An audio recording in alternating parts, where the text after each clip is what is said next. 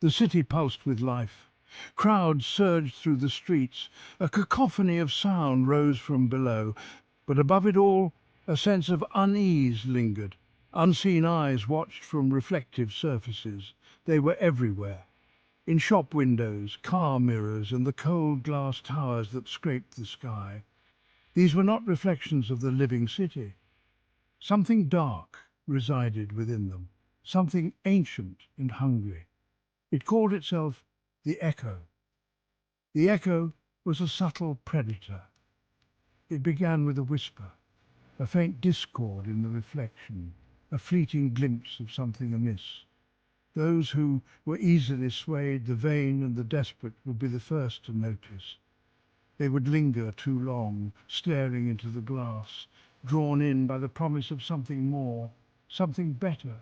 But what awaited them was not salvation. It was oblivion. The Echo fed on their desires, their insecurities, their deepest fears. It twisted their reflections, showing them what they longed to be, who they yearned to become.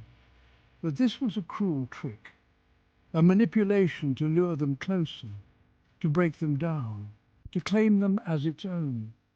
For the Echo was not a giver of gifts, it was a thief, stealing away lives piece by broken piece. The city, for all its vibrancy, was oblivious to the threat that lurked within its reflections. But in the shadows, a lone figure fought back. Driven by a past she couldn't escape, Detective Amelia Hayes knew the truth about the Echo. She had seen its power firsthand, and she would stop at nothing to shatter its hold on the city. The whispers started subtly, a faint tremor in the reflection, a fleeting distortion of features. Most dismissed it as a trick of the light or a tired mind, but for some the whispers grew louder, more insistent. They promised beauty, power, escape. All that was needed was a little trust, a small surrender. The vain were the easiest targets. They saw imperfections in their reflections, flaws that needed correcting. The Echo promised them perfection, flawless skin, symmetrical features, a beauty that would captivate the world. But the price was steep. With each stolen glance, their real reflections faded, replaced by grotesque parodies of their desires. Their skin stretched thin, their eyes became hollow pits, their smiles turned into grotesque, hungry grins. The desperate, too, fell prey to the Echo's whispers. They saw in their reflections the weight of their burdens, the pain of their pasts. The Echo offered them solace, a chance to rewrite their stories, to escape the torment of their lives. But the escape was an illusion, a gilded cage within the Echo's twisted realm. Their reflections became haggard, their eyes filled with a hollow longing. Their bodies grew gaunt, consumed by the insatiable hunger of the Echo. They became shells of their former selves, trapped in a nightmare of their own making, lost in the labyrinth of reflections, forever bound to the entity that promised them salvation, but delivered only despair. And so the Echo fed, growing stronger with each victim it claimed, its influence spreading like a virus through the city's reflective surfaces, unseen, unheard, but always watching.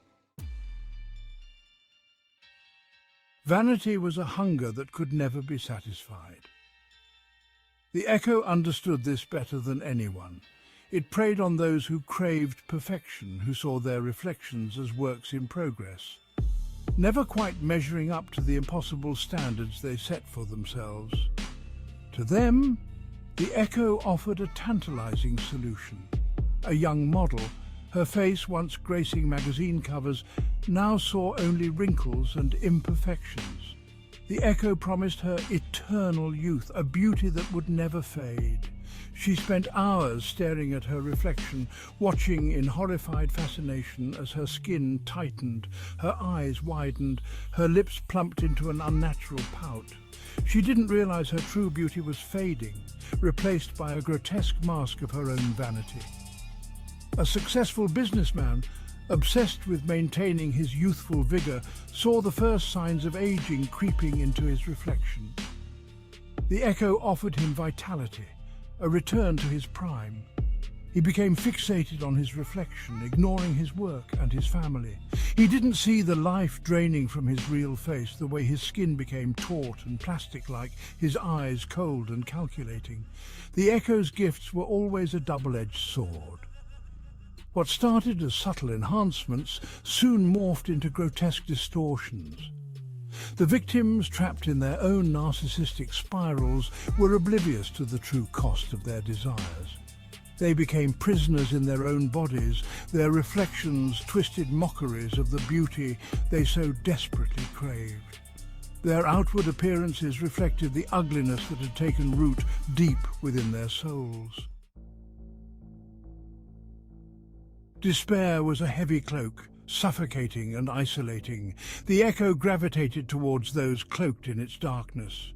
It saw their broken spirits, their fractured reflections mirroring the turmoil within.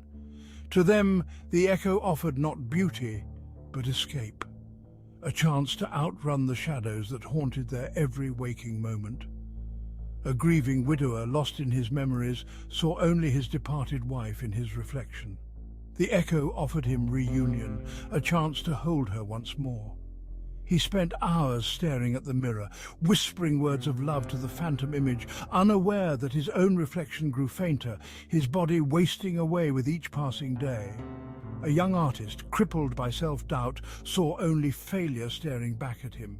The echo offered him inspiration, a vision of the masterpiece he could create. He locked himself away, frantically trying to capture the fleeting images in the mirror, oblivious to the fact that his own creativity was being devoured, his talent siphoned away, leaving behind only a hollow shell. The echo's embrace was insidious, a slow and agonizing descent into madness. It fed on their despair, their longing for an end to their suffering.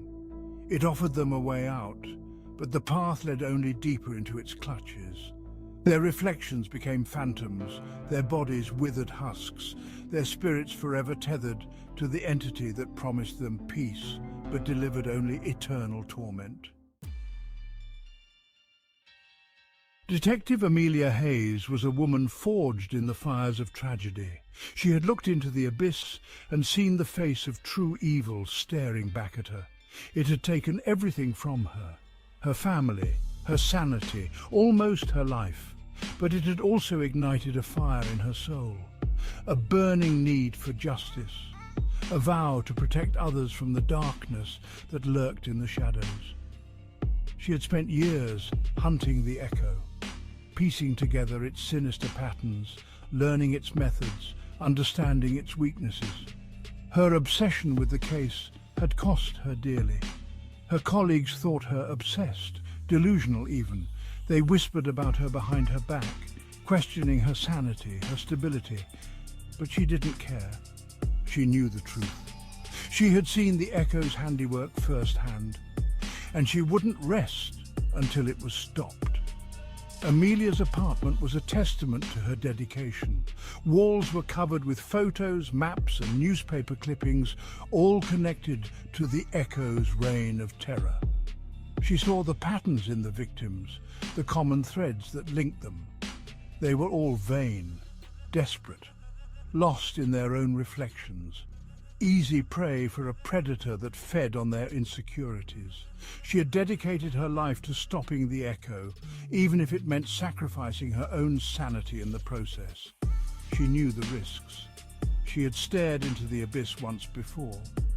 She was all too aware of the price one paid for confronting such darkness, but she wouldn't back down. She wouldn't let fear paralyze her. She was a shield against the darkness, a beacon of hope in a city slowly being consumed by its own reflection.